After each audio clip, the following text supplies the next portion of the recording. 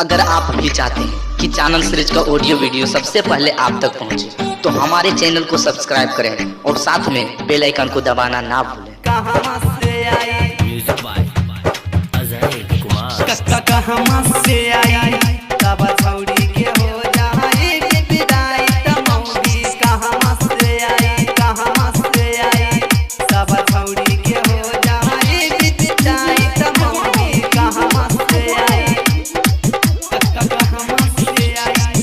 हमारा से छोट छोट के हो गईले सगाई। सुना सुना रे माई हमारा से छोट छोट के हो गईले सगाई। सुना सुना रे माई सब छौड़ी के हो जाई विदाई तमौगी। कहाँ से आई सब छौड़ी के हो जाई विदाई तमौगी। कहाँ से आई हमारा से छोट छोट के हो गईले सगाई। सुना सुना रे माई हमारा से छोट छोट के हो गईले सगाई। सुना सुना रे माई सब छौड़ी के हो जाई विदाई तमौगी। कहाँ से आई सब छौड़ी के हो जाई विदाई तमौगी। कहाँ से आई कहाँ से आई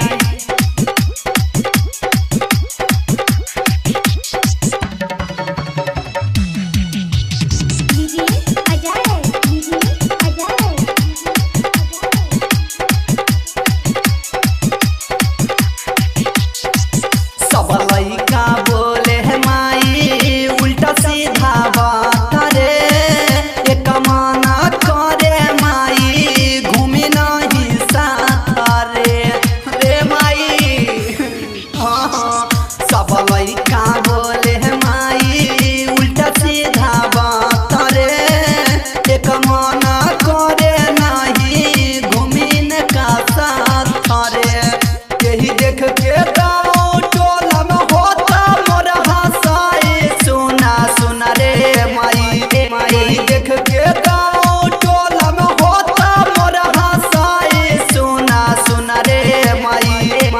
छौड़ी के हो जाई विदाई तमौगी। कहाँ से आई सब छौड़ी के हो जाई विदाई तमौगी। कहाँ से आई कहाँ से आई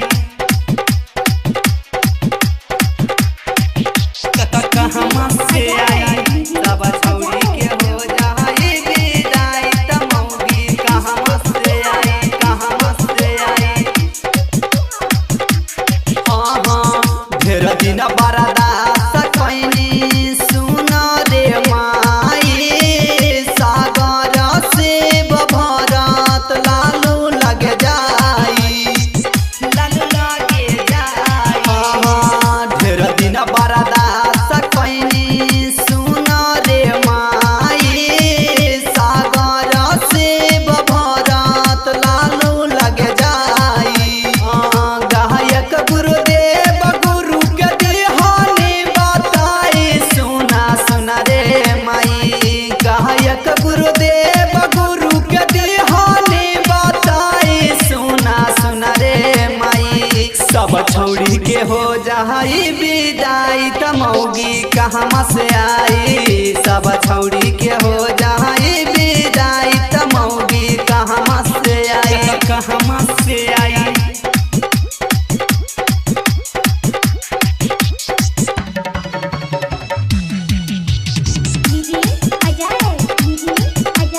कहाँ से आई